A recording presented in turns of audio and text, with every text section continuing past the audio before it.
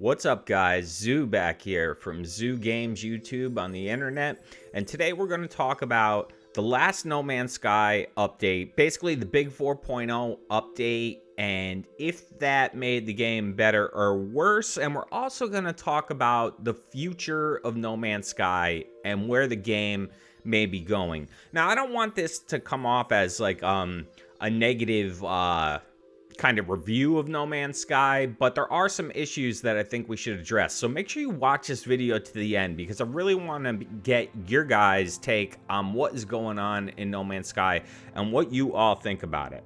So the first thing I have noticed is it just seems across the board, views and just views of videos are down. On my channel, on other people's channels who I know, it just seems very low interest in No Man's Sky at this point.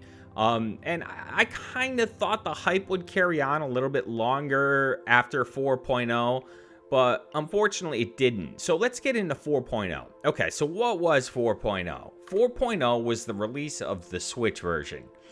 And it was also when they changed the inventory. Now, this pissed a lot of people off. Basically, they changed the inventory to only 2 screens and changed the way tech works and added supercharge slots. Now, I personally didn't expect to get any of these things. I really only expected 4.0 to be the Switch update. So to me, this was fine. The problem was when it was implemented, it was broken and nobody could make sense of it because it was like all kinds of broken. It was really, really broken. The supercharge slots weren't there initially, so it made no sense. And that put a lot of people off, because you got to remember, everyone enjoys this game in a different way. And some people like to push these numbers on ships, and I'm one of them. I like to get tech. Now, do I need to waste my time going to space stations looking for the best modules anymore? No, there's easier, cheaty ways I could do it, but I like to do it that way, so I still do it that way. And I like to upgrade my ships. So I personally didn't have a problem with this. But what I do have a problem with is there seems to be just an enormous amount of bugs in the game. Networking is majorly broken. We can't do any community events anymore. It seems networking maybe now requires both people to have the friend code, but also one of the problems is it seems you can't get more than a few people onto a planet when you're supposed to be able to get up to 32 players on a planet. And we have done it multiple times, but it just doesn't work anymore. It's like you try to get a few over there and nothing. So I don't know what's up with the networking, but as far as I can tell, it's been broken since 4.0 and not fixed, and I haven't really seen them address it either. Another problem is the rendering. The game is not rendering well for me on planets. You know, I'm jetpacking around and I'll land on the ground and it's like 1, 2, 3 grass pop in, you know what I mean? So they haven't addressed that either, but I know I'm not the only one having that issue. The last patch they put out was 4.08. You can check that video out up there or down below. And that only contained 4 fixes, which really isn't that many, you know? I thought there would be a lot more. Now, they put out expedition reruns. Now, this is great for people who never did those ones, but I think they really dropped the ball. I gotta say it, guys. I don't know why they didn't start off with Expedition 1. So many people want that Golden Vector ship, and that's probably the most sought-after expedition prize. So, I don't understand why they didn't just start with 1 again. I guess maybe because they felt they reran it, they didn't want to rerun it again, but the Switch players never got it, so it would have been nice for the Switch players to be able to run Expedition 1 and everyone else who missed it. So maybe I would hope they do something with Expeditions in the future where you can kind of run them whenever you want. You know, maybe you can only run it once, but, you know, maybe if you choose Expedition mode, you can then play any of the expeditions. I mean, I don't see a problem with that. I have no problem with that. So the major screw-ups, I think, on Hello Games' part were I think 4.0, which was, had a lot of hype leading up to it on what 4.0 might be, was a bit of a letdown, since really, aside from the Switch release, it seems like what everybody else got, aside from a couple new features I mentioned, like the inventory changes, seemed like we got a lot of bugs. And from talking to different people that I play with and stuff, it seems everybody's having like different weird problems. So definitely post your weird problems that you're having below. Mine are mostly rendering issues and, of course, the networking issues. Those are my big ones that have been giving me problems. But I know other people are having other very bizarre problems since this update. So let me know below what kind of problems you guys are having. Now, with that said, like I said, it does to me seem the community overall for No Man's Sky has kind of checked out a bit. It seems a bit quieter. I mean, even with the expedition redos, usually when an expedition comes out, there's a large influx of players. And I don't know, but I just feel like the Switch release seemed to be more important than the long-term players who've been playing the game for a long time, making all this content, constantly promoting the game, and then 4.0, we just kind of got a little inventory redo, which I think was good. Like I said, I did a video, I reviewed this update, and I said I liked it. And I still do. I didn't expect the supercharged slots, and I think they're cool once I got used to them. And it's fun to set up ships again. However, not everybody feels that way. So I think they pushed away players. I really do. And I'm wondering what's going to get those players back. Will it be the next update? I mean, what will the next update even be? And that's where we get into the future of No Man's Sky. So let's talk about that for a bit.